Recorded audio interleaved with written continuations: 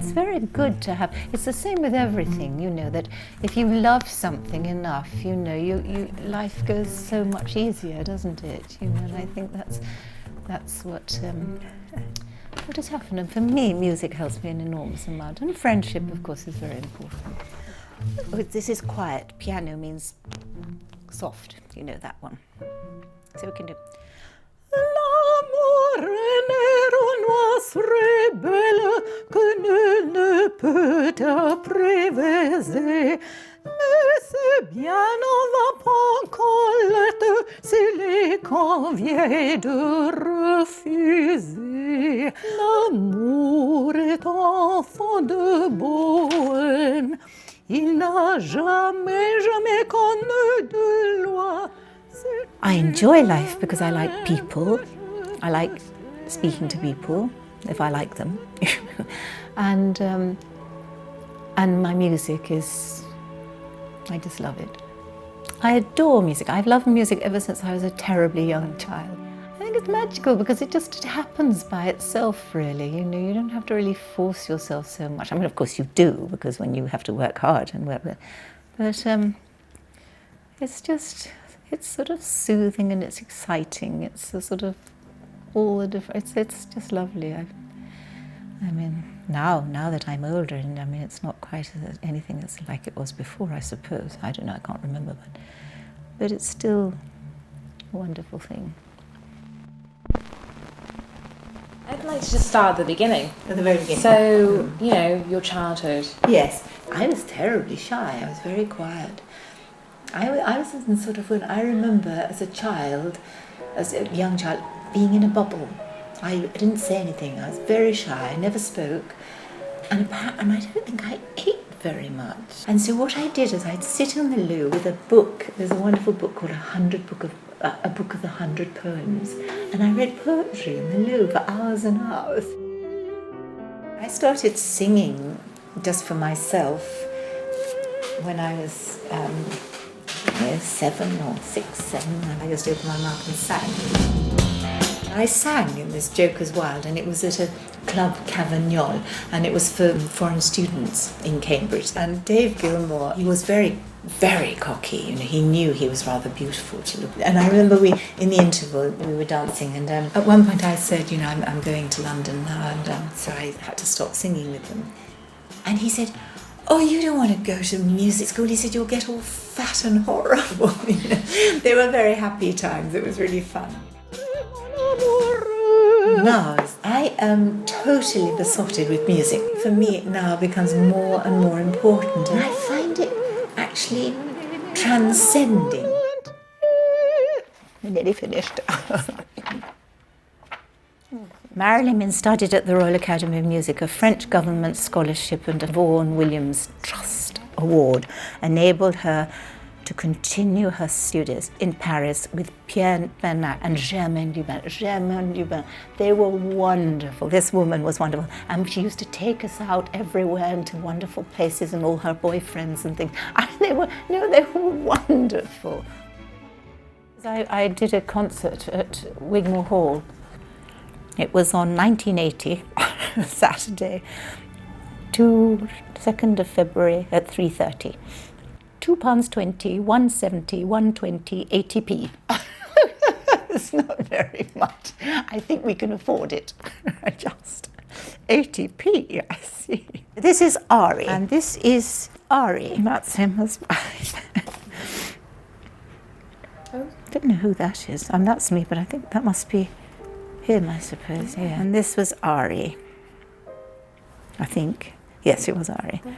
And this is the baby, yes. And who's Ari to you? Well, Ari was the one who I helped him. because he was from, I think, so he must have been from some other country, mustn't he? If he was. Who is he to you? He's, well, he just was one of us, Ari. It's terrible. I'm hopeless, aren't I? I'm a very good person to do this for. What? Oh, because I can't remember half the people. Is he your husband? No. Well, I suppose, no, now it's ridiculous because now everything's got really, now I'm talking about today, you know, this world is quite different. I had this Swedish scholarship and they had a big party, welcoming party. And I, as always, arrived a bit late and I couldn't see anywhere to sit. And then I saw, quite far away, somebody was saying, coming. And so I followed, and it was Ari. And Ari couldn't speak any English at all, absolutely. But he was incredibly persistent.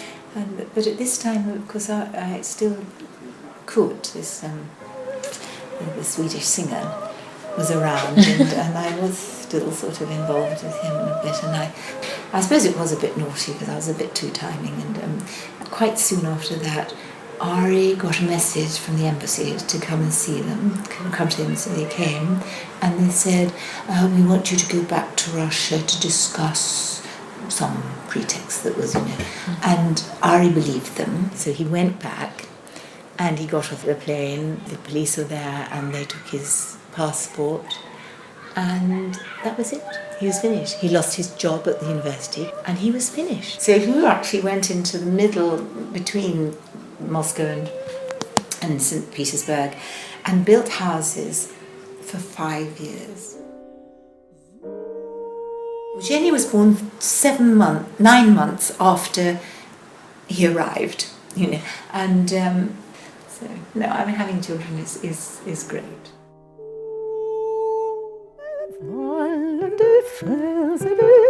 Why I feel so silly doing it now. I can't do it now.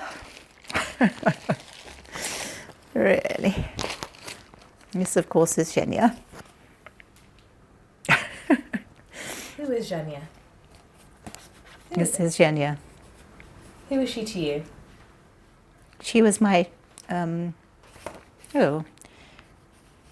she was Xenia. Or one of them. I think she was Xenia actually then. Just little girl. No, And does it have anything on the other back? No. is she your daughter? Xenia? Yeah. Yes. Xenia's my daughter, yes. Dear Makeda, it seems I wasn't very focused this evening. How could I have failed to mention what was for me the most devastating thing of the whole Ari saga? After a few days, I decided it was only fair to tell Kurt that I had married rather than letting him hear about it from someone else. However, as soon as I had uttered the words, he fell completely silent, and then, when I heard his in-breath, I knew that he was the one who had informed the Russian embassy of his relationship with me. How clever you know all this, you remember this. It was terrible, it was awful. And, oh God, I've had a terrible life actually when I think about it. Okay, let's carry on. All the Russian students who had scholarships to Sweden had been told that they must not have any relationships with Western women. Kurt rang me later and confessed. I remember going to the opera school shaking with shock that someone I had been close to could inform the KGB. This is to do with love, you know, and love is horrible sometimes, and this one is an absolute example. Fortunately, all ended well. Thank goodness for Gorbachev. Sleep well, Marilyn.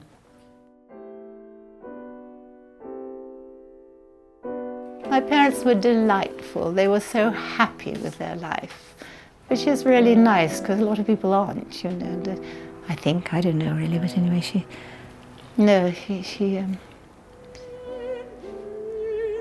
they were all. My father was really happy. He just loved. He was so happy to have a family and have his wife, and yeah, he was children. I mean, I've been very lucky actually, because I've been lucky not partly, but mostly, I suppose, for my parents allowing me to do what I wanted to do. Did we do this one again? Did we do this one? No, I haven't had this one. I don't think so. Oh, they're all horrible. I'm so sorry. But it's interesting and it's messy and it's everything, but it's great. We get there in the end.